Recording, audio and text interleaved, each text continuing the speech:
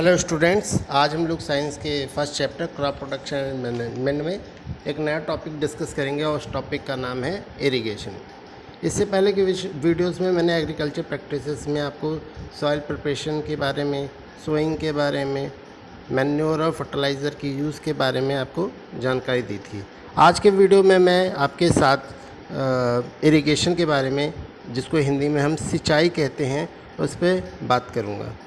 प्यारे बच्चों, आपको जैसे पता है कि जो पानी होता है, वाटर होता है, वो क्रॉप्स के लिए यानी फसलों के लिए, पेड़ों के लिए जो है वो बेसिक रिक्वायरमेंट होती है। मतलब अगर उनको ग्रोथ करना है, अच्छे से रहना है, मतलब हरे भरे रहना है, तो उनको पानी चाहिए। अगर आप पानी नहीं दोगे तो आपने देखा है कि पौधे क्या होते हैं, मुरझा जाते हैं, ठीक है, और फिर उनकी डेथ हो जाती है ना।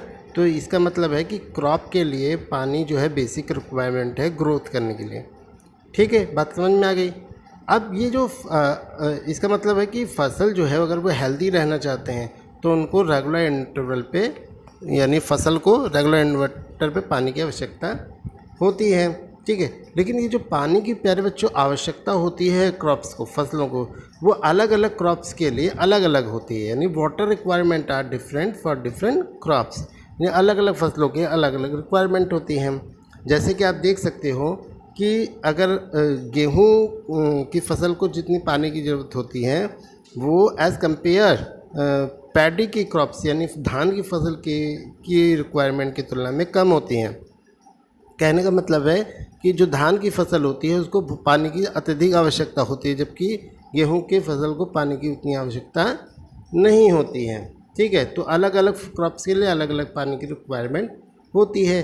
अब प्रश्न ये होता है, ये पानी आएगा कहाँ से पौधों के लिए, ग्रोथ के लिए, डेवलपमेंट के लिए?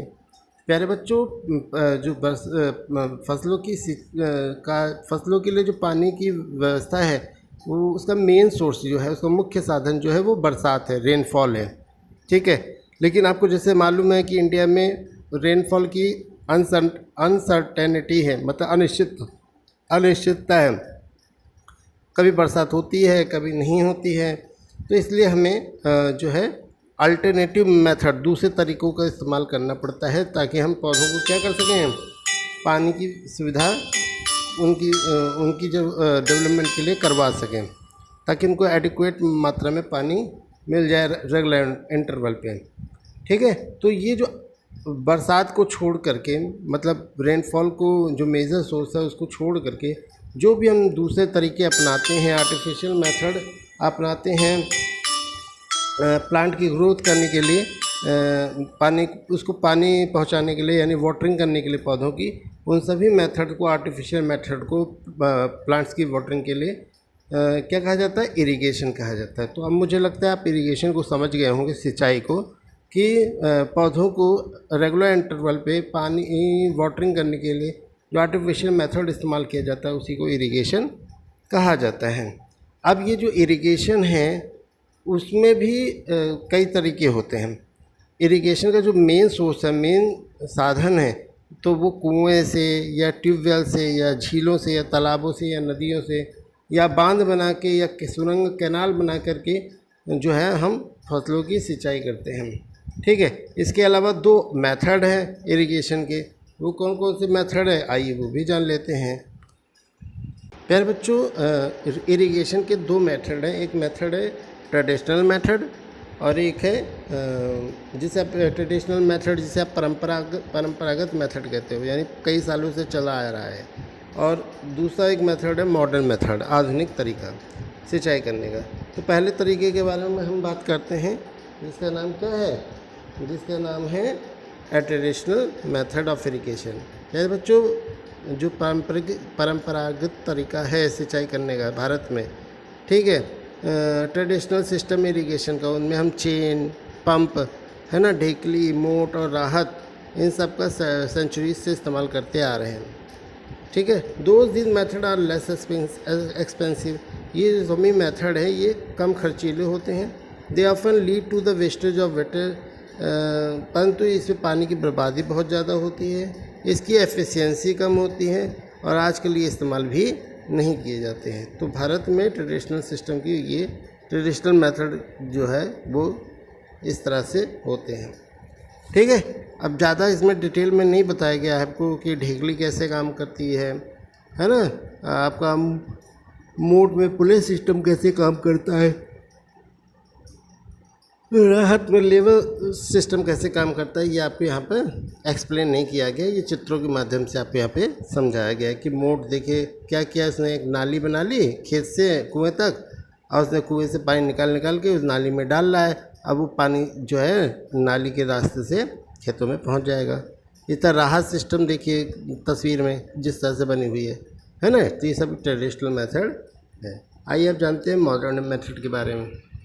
प्यारे बच्चों, मॉडर्न मेथड में क्या होता है कि आधुनिक तरीका होता है ये, और ये जो मॉडर्न मेथड है इरिगेशन का वो more inclined toward the use of diesel, biogas, solar energy and electricity for lifting water.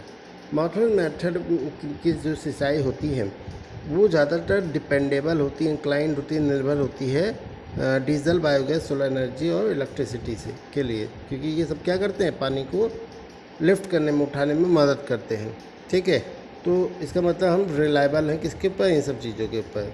अब ये मॉडर्न मेथड में इरिगेशन में भी दो मेथड यूज़ किए जाते हैं, सिस्टम मेथड यूज़ किए जाते हैं। पहला होता है स्प्रिंकलर इरिगेशन सिस्टम, दूसरा होता है ड्रिप इरिगेशन सिस्टम। तो पहले देखते हैं स्प्रिंकलर इरिगेशन सिस्टम के बारे में।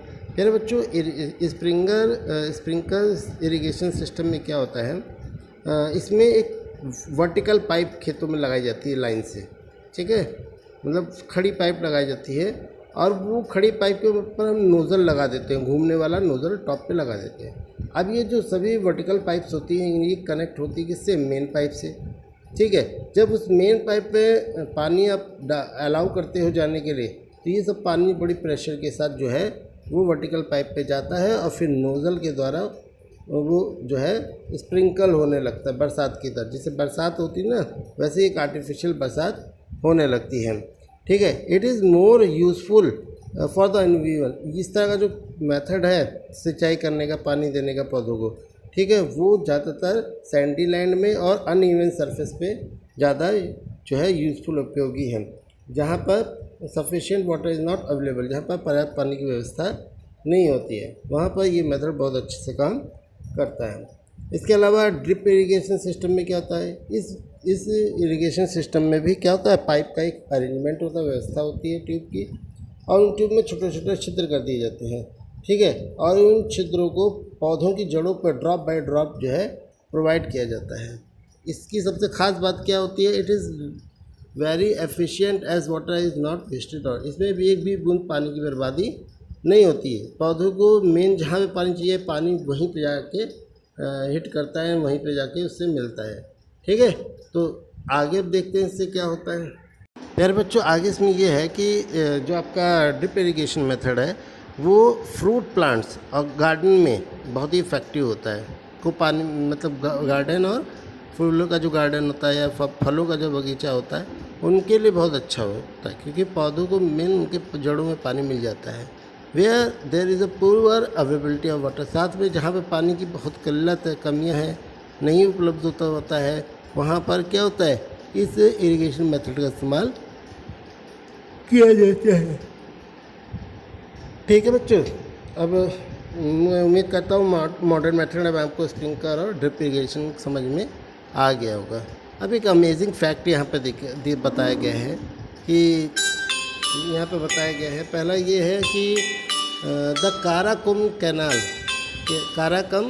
Canal in Turkmenistan is one of the longest irrigation canal in the world. ठीक है, काराकम कैनाल जो होता है वो तुर्कमेनिस्तान जहाँ है वहाँ का सबसे लंबा, ठीक है, पूरे दुनिया में सबसे लंबा इरिगेशन कैनाल है, यानी सिंचाई की गुफा है, मतलब सुरंग है। It is over 1375 kilometre long, ये कम से कम 1375 किलोमीटर लंबा है। तो प्यारे बच्चों, इस तरह से हमारा ये सिंचाई वाला पार्ट जो है इरिगेशन में यहीं ख़त्म होता है। ठीक है, अब आप इसे पढ़िए, समझिए और किसी तरह की समस्या होने पर डिस्कस कीजिए। बहुत बहुत धन्यवाद।